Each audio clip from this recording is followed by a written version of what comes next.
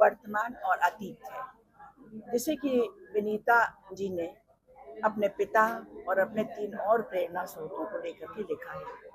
लेकिन पुस्तक को पढ़ा है मैंने, पहले भी मीता ने मेरे पास भेजा था, और आज के समारोह में आकर के मैं ये अनुभव कर रही हूँ कि बड़ी-बड़ी राष्ट्रीय और सेमिनारों में हम उस तरह का अनुभव, उस तरह की अनुभूति नहीं होती हमें, जितनी कि आज मुझे इस कार्यक्रम में आकर हुई है।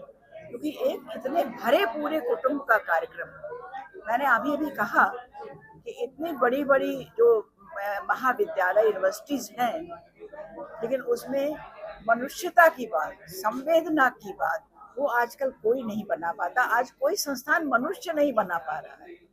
और ये जो इस तरह का जुड़ाव भरा संयुक्त कुटुंब परिवार का जो इस तरह का आज का कार्यक्रम है, ये साहित्य, संस्कृति और संवेदना का इतनी सुंदर त्रिवेणी यहाँ बही है कि हम अपने आप को बहुत समृद्ध महसूस कर रहे हैं। क्योंकि साहित्य का मूल जो उद्देश्य होता है वो मनुष्य के अंदर से एक बेहतर मनुष्य को बनाना, मनुष्य को और बेहतर बनाना।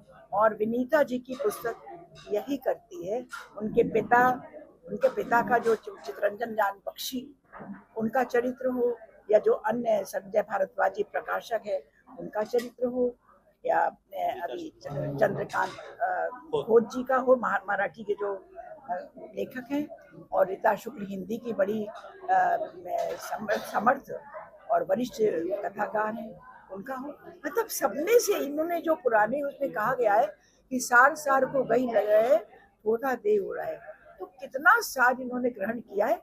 और मैंने इनसे कहा अभी कि आपने प्रेरणा दी पुस्तक लिखी है, लेकिन मेरे लिए बहुत बड़ी प्रेरणा प्रकाश स्तंभ आप हैं।